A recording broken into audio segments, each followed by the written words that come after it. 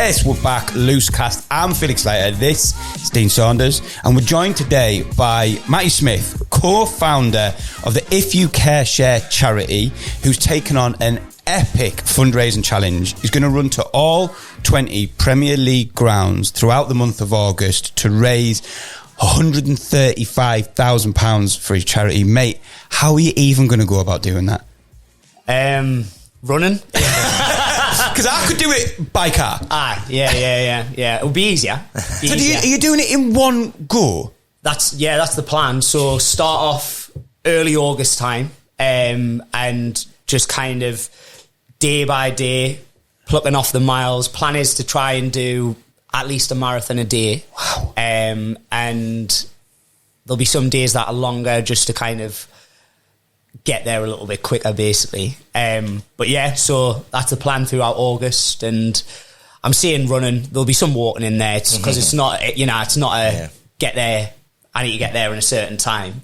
And as competitive as I am, and I'm going to have to walk some of it. I've seen people do stuff like this before, and they have like support teams. They have like people who join them on like certain legs. Like, what's the logistics? Because I think you said you were starting down south, right? Where are you starting? Bournemouth, and you're going to finish up at Newcastle, obviously. So have you got a support team? Are there going to be people joining you? Have you got a little car? Like, what's the deal?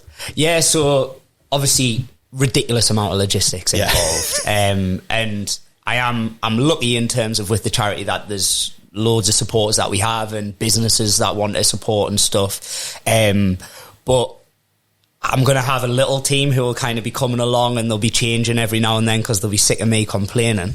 But I'm just kind of trying to chip away myself and trying to make plans. We're fortunate that we'll have good relationships with clubs, and I'm hoping they're going to help us out. But, you can plan as much as you want. But when it comes to a day where I'm having an absolutely awful day and the weather might be crap, then things are going to change. But, just lots of planning and lots of logistics involved, and loads of time on Google Maps as well. So I'm going to come back to the relationship with clubs in a little bit, because I know that's super interesting. But let's just cover off, like, you are specifically trying to raise 135,000.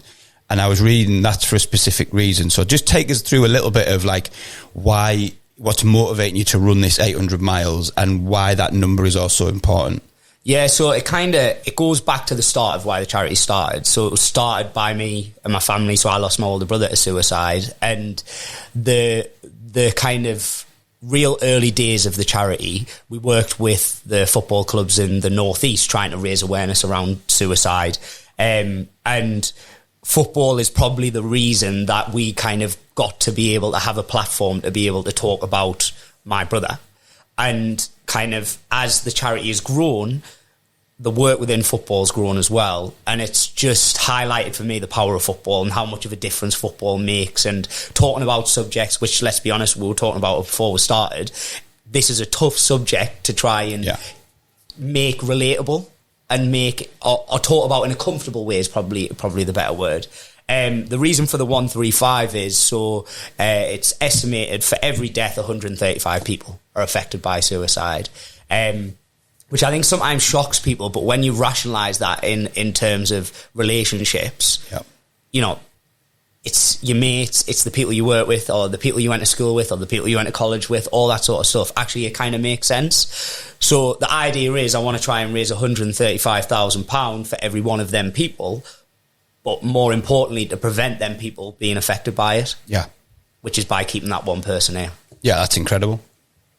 It is. Well, we talked on this before. Like, obviously, I've followed Matty's journey from the start. I think everyone in the whole of Chesley Street has. He's like the most popular person, and everyone's like just so proud of him constantly. And seeing what you did last year, which obviously you'll go on to talk about in a second, but then when you did this, we'd said for a while when you get Matty on just to chat. And obviously, again, we're all good pals anyway, but just obviously his story's so interesting and so inspiring. But then when you messaged the other day, although you did messages about it whilst I was at a festival, so I didn't reply straight away, and then when I did reply, it didn't make sense, so I apologise for that. But obviously, we're like, it could be the perfect timing to finally come on because of what you're doing at the minute. Obviously, the only thing I was upset about is you're doing all 20 Premier League clubs, and apparently Middlesbrough's isn't on there, Matty. That's got now to even me, mate. Me for that. I think you've got to look wider than that for me. The power of football is incredible. Like, obviously, we're coming to a European Championship, starting really soon. It was great. I was at St James's on Monday just gone, and to see it sold out was incredible. So give us a little bit of insight into how football has helped the charity, how it has helped spread the message, which is to prevent. And what else are the other key? So to prevent people who are suicidal and support people who's being affected by And suicide. how's football helped with that? Yeah, I think from the start so we sold wristbands at all the local football grounds. And at the time, the North East had the second highest rate of suicide.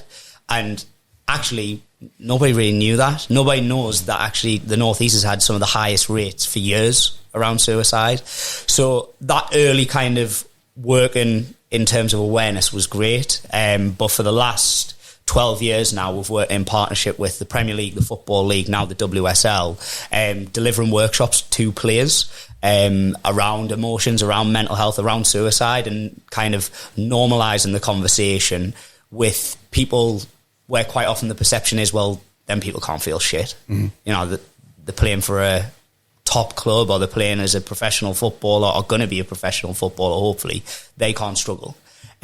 So we've been able to kind of really build relationships over the years, and I'm fortunate as a massive football fan. I've been to places that not many people will get to go, and being able to work with players who now are throughout the Premier League, are in the England squad that we're about to watch, hopefully bring it home. It's mad, and it's a pinch me moment every now and then to look at the squad that's gone and think we've worked with 3/4 of them in some respect, at some sort of way. The relationship we have with football is kind of part of our identity, and I think it even goes back to football played such a big part in my brother's life and our lives and stuff, so it just makes sense. And I think to be able to bring it back to Newcastle as well, as opposed to kind of taking it elsewhere in the country, it's bringing people from the North East together, hopefully, as well. Yeah. And I was going to say, sorry, was there an original standout team who was the one who first worked with you? Obviously, was it North East related at first? Was it Newcastle, Sunderland, Middlesbrough that you started working with? Pains as to say, as a Newcastle fan, it was Sunderland, but they were and are absolutely fantastic. I'm proud to be able to say from the North East that all the North East clubs are great to work with.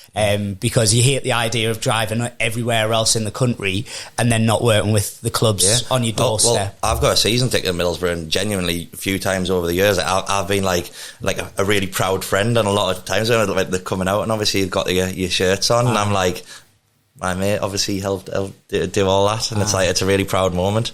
It's often like a mental thing, because when you're saying about getting us on, and I'm looking at who else has been on, and I'm thinking, this is a bit of an underwhelming guest for whoever's watching this. Although you did say you're a better guest than Ollie James. You did say. Love you, Ollie. But there are certain things that happen. You think, there's players wearing T-shirts that were an idea because of my brother and stuff, and you forget some of the things that we kind of collectively have achieved, because it's certainly not me, the work that went on from my mum and everybody that comes together, but there is some mad moments when you see lads wearing your T-shirts in games and stuff like that, or warming up in games. Is this your full-time job now? Yeah. How long has that been the case? Yeah, so me and Dean went to college together. Yeah. Did you do a GMVQ in catching footballs? Well, then made up things. Yeah. Did you do football as well? Nice. Yeah. Avoided reality for a couple of years. Still good. That's what it was, wasn't it? Let's be honest. I still am avoiding reality. Snap. Yeah. But I came out of college and had no idea what I wanted to do, to be honest. And at that point, the charity was kind of just starting to kind of find its form as its own charity. Mm-hmm. And it was just my mum and another lady. And I just kind of didn't know what else to do, didn't know whether the charity was what I wanted to do, but went into it as an apprentice, and that was 12 years ago. Wow. Incredible. And I've kind of never looked back since, and yeah, it's my full-time job. I've grown from an apprentice to now CEO of a charity that's got 30 odd staff. Well, because I was going to say, I was like looking at your website a little bit last night, and I was reading the about stuff, and that was great. Then it was like meet our team, and I was like scrolling down. I'm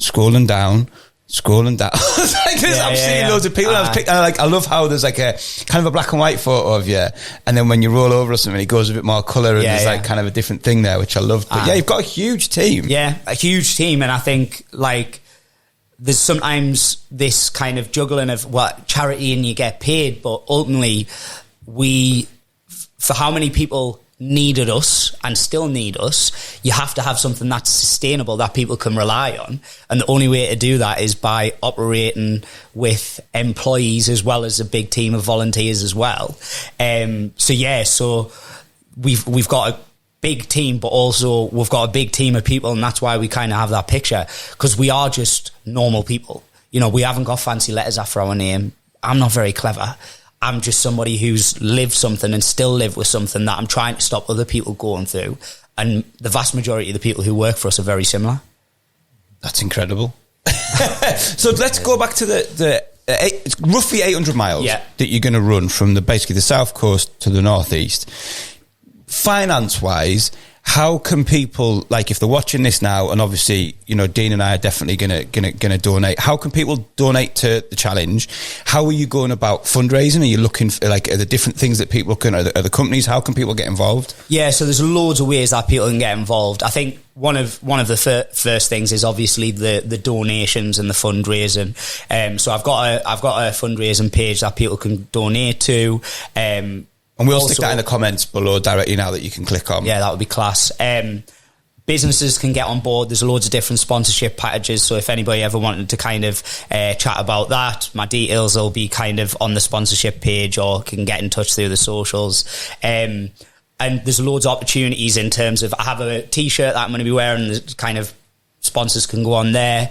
I mean, you're going to be wearing that every day though, because it's going to get sweaty. I'm going to have more than one. Don't worry about that. I mean, I've actually considered changing halfway through the day. I'm that sweaty of a man. I always remember how sweaty this place is, and why I wore a long sleeve t-shirt, I don't know. Yeah. I mean, I'm here every day, and I've done the same. I don't know why. But what was I going to say as well? How have you worked out how long it's actually going to take as well? Do we know the exact amount of time it will take? Yeah, so it's going to be just over 3 weeks, 25 days, basically. And how many times are you going to have a day off? Like, my brain is boggled by this, by the way. A marathon. You're going to run a marathon a day, every day, even on the Sabbath. And I always love this question, because I've never ran. He's never ran. Yeah. I ran here because I was late. I was going to say he's ran to most appointments because he's normally late. Yeah, exactly. I'm consistent. 100 metre sprint. But I've always wondered with this. So, is there a day off? Obviously, do you have an allocated amount of time that you can sleep? Have you got to stick to like a really tough schedule? I mean, some of it's still a bit fluid because it's waiting to confirm in terms of fixtures and stuff like that. But my plan is to not have a rest day. Wow. But that's incredible. A rest day might look that I'll only do 15 miles instead of... That's incredible, mate. My rest day is I'm only awake 15 hours. Yeah. Where are you going to stay? Like, have you got is it like van life? Have you got like a big support thing? Where are you going to like stay? We're looking for volunteers. We're looking for like... Yeah, I mean, I'm definitely not going full hardest geezer in that hideous van, like, because I couldn't do that. And no, so I'm hoping there's going to be some hotels are going to help us out. So kind of just relying on the kindness of people to kind of give us a helping hand, basically. But yeah, the plan is to run every day, get home as soon as possible, basically. But it's one of them, like, I'm not a proper runner either. Like, I'm not. You sound like a proper runner. Well, I'm fooling everybody. Right. Like, I'm not. I'm not one of these people. I don't think I am that built to be able to do that sort of stuff. Okay. I think for me, it's more just the mental of, right, I've got to get from A to B today, and by hook or by crook, I'm going to do it. Are you like, how do you prep for this? Are you training?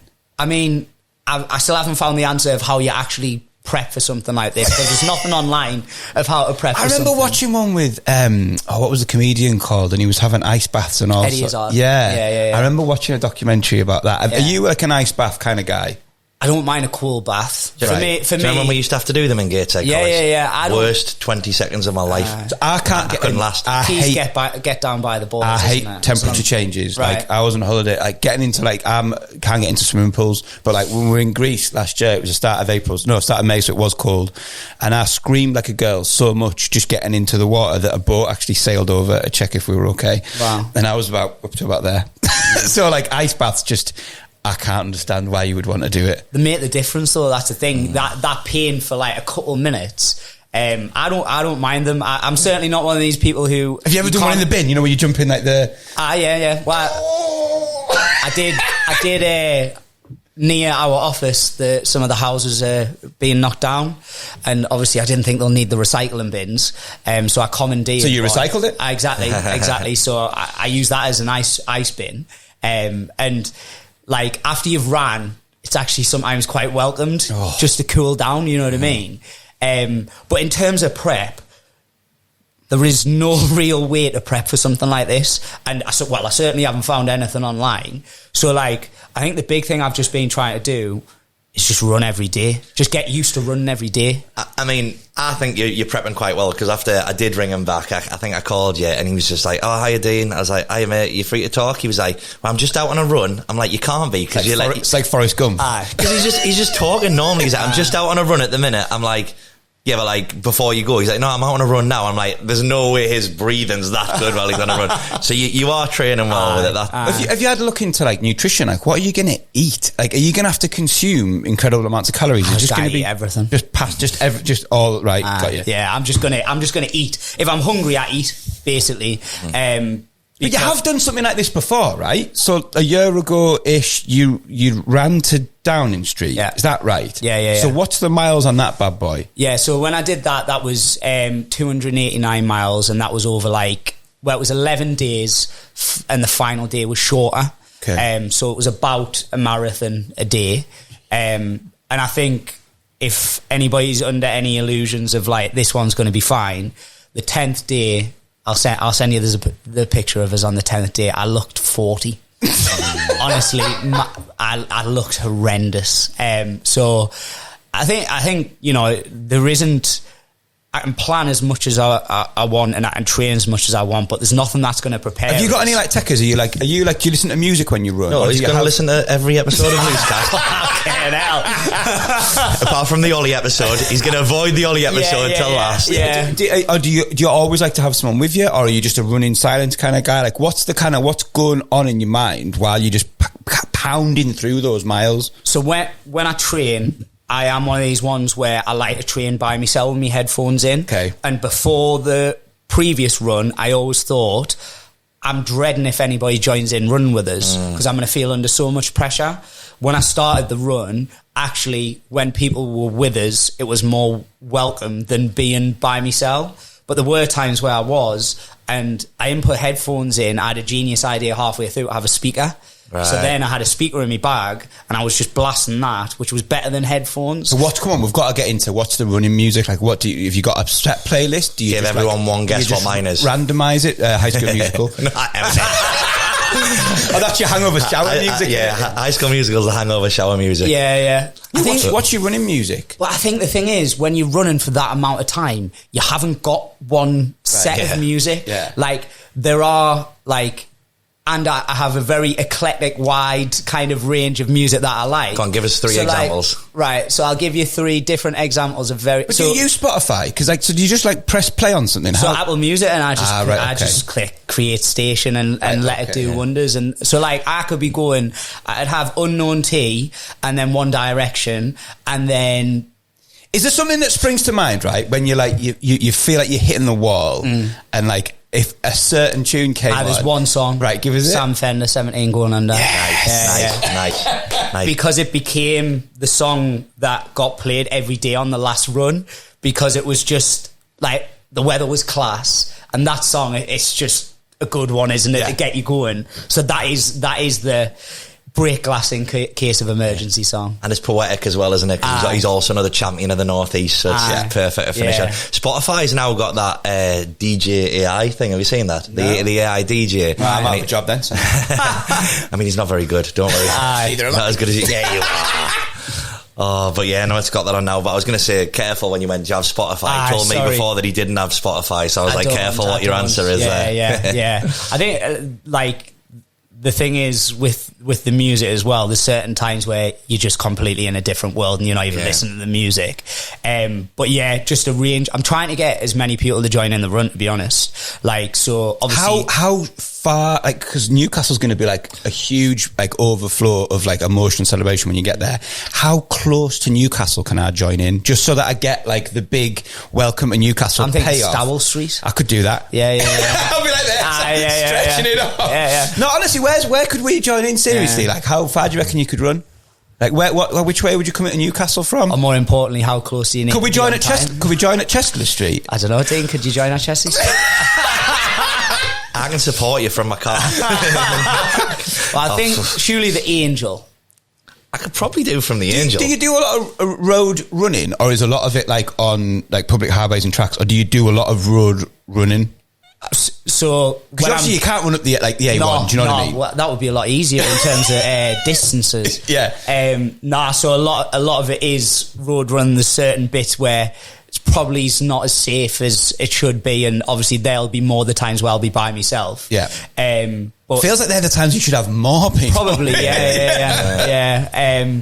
But yeah, it's one of them ones. Again, you can plan as much, but then there was one point on the last run where I was going, and literally the route was up this hill, and not like an actual road. We were basically scaling the side of a little, I'm going to say a mountain, but it wasn't a mountain. It looked like it. Yeah. It felt like it, I'll tell you that. And they're the things, obviously, you kind of prepare for. But you can't prepare for the weather either. You can imagine all of a sudden, we're all going to meet you at this point. The weather's not great. We're should we meet you at the next point instead? But I can imagine people being that kind of... Do you know what would break me as well? The point where you'd been running for a certain amount of time, and then someone went, you've gone the wrong way, and you need to run a couple of miles back to go do that. I'd be like, nah. It would break me. Well... That was the thing I was adamant I was going to do on the last one, and I didn't really do it. What was that?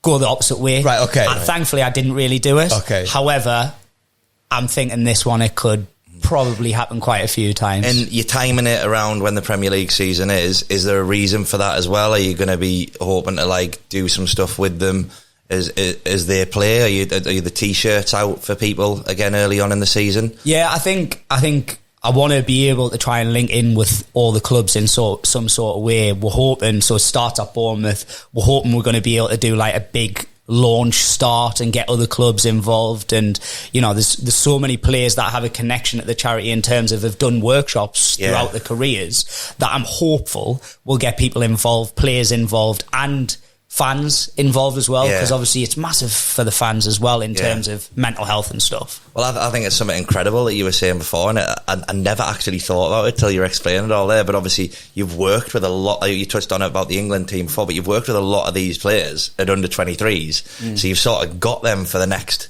10 years, haven't you? And obviously then the new players coming in, obviously you work with as well. It's just an incredible opportunity. It just spreads such kind of awareness, isn't it? It's one of my dad's kind of bragging rights that Jack Grealish fell asleep in one of his workshops. Nice. Let's do as it is, going to be that time of the month. Give us some predictions. What do you think? What do you think about Grealish being left out? I was surprised. I get it. I see some of the justification of it, but I would have took him. I feel like he's been punished for going to the most successful club in the world, therefore not playing as often as he might have done if he'd been somewhere else. So he's picked up league winners' medals and everything else, but obviously the competition is. I just think Gareth's annoyed because he fell asleep during one of his tactic things. He's got previous. Yeah, definitely. What do you think about the tournament? What's your hopes? I'm an endless positive England fan. Every tournament, I'm like, this is the one. This is the one. Yeah, I probably balance somewhere between exactly that and trying to knock down me optimism by saying no, but if I think it's going to be the one, then it definitely won't be the one. Right. So if I say it's going to be shit, then it might be the one, which obviously has nothing to do with the outcome ever, but it makes me feel a little bit better. What I hope is, because I'm old enough to remember the Gazza in Italia 90, I'm old enough to remember Owen in probably 98. I just hope we have like one, or if not the standout player of the tournament. Yeah. Like whether it's Bellingham or Foden or Mainu or whoever. I just like the idea that everyone's just going in every game going, oh, we've got to watch like Bellingham or whoever. Or like, I just think it would be great to have an England player like that. Is there any Borough players in the squad? There'll be a couple of Borough players watching it, yeah. No, but I think we'll do well. I am confident. Like, again, I know loads of people will say we've got the best squad that we've had in years, so we should be doing that well. But I think, again, maybe it's because Southgate used to be our captain. There we go, I'll have that. So obviously Southgate... And manager as well, wasn't he? Yeah, he got us relegated. But let's not focus on that one. But yeah... But when he was captain, we won a trophy. I think he does a good job. Like I say, for the fact that previous years... Before Southgate, like we didn't qualify one year. Obviously, we got beat against teams that we shouldn't, and obviously for the last couple, get to a semi-final, a final, and then was it the quarter-final in the last one? I think we've done well. So fingers crossed. It sums up what we are as a nation when it comes to football, though, because like I get you're always going to disagree with whoever the manager is, the decisions that they make, but like you say, like. I love Southgate. I think what he's done in terms of getting everybody to love England as a squad, and like they just look like they're having the best of time. Yeah. They look like best mates. Well, I listened to Under the Cosh podcast, and I listened to one with Leroy Lita, and Leroy Lita literally came to Middlesbrough, he said, because of Gareth Southgate. Like, he rejected Celtic, he rejected Leicester and some teams who offered him more money because he had one conversation with Southgate and he was like, this guy will look after me. So you're doing the run in August, right? You mentioned something before the podcast which I wanted to ask you. You said, I think, September's a really busy month for the charity. Why is that? So September the 10th is World Suicide Prevention Day. So we run our campaign called Inside Out, which is where kind of you get to see some of the players wearing the T-shirts. So we ask everybody and anybody to wear an item of clothing inside out, start a conversation about a subject that we're very rarely taught about. It's Great North Run that same week as well. So yeah, it's a chaotic week, to be fair, and I'm going on holiday. However, this year I think I've earned it. Or I should have earned it, hopefully, by the end. Where are you going? Egypt. Wow. Yeah. Is it going to be like a relaxing holiday? Oh, I am milking every single bit of effort that I've put in over the last few weeks. My missus is going to the bar every time. I don't know how relaxing it's going to be. Every time he walks, he'll cramp up. After you've done that run, it'll be torture. Have you got plans in the sort of like medium term for the charity? Like, are there things that, do you want to grow it in certain directions? Are there challenges that you've already got like in the back of your mind for the future? Yeah, I mean, our ambition is to be a charity that's available for everybody in the Northeast, not to go anywhere else in the country, just for the Northeast, because there's enough going on in the Northeast to try and support that. One of the big reasons that I'm having to do this run, though, is because of the challenges that we're facing in terms of funding, because there isn't any money specifically for suicide prevention at a national level coming to a local level. So while we have that as an ambition, it's become even more important right now, because right now we're not available for everybody in the Northeast, which kills me, because it shouldn't be a postcode lottery to get our help. Yeah. The bigger plan is to just have a bit more kind of presence, so everybody knows about us before it's too late. Because there is a lot of people who still don't know about If You Care Share, sometimes for the right reasons, because they don't need us. But we want everybody to know that we're there for a time that they might need us. Right, well, I think that's incredible. The challenge that you're going to do is absolutely epic. It would be great to get you back on post the challenge, and maybe around that kind of like inside out time as well, and we can all maybe wear something inside out on the podcast and, you know what I mean, and shout it out again and hear about how you got on. So in the comments below, we'll have a link to your fundraising page. You've shouted out if there are any businesses out there that want to help and get things on shirts and get stuff on websites, that's possible. Thanks for coming in, and best of luck, man, with the challenge. Oh, mate, absolute legend. Thank you. You'll be back. Appreciate it. Cheers, boys.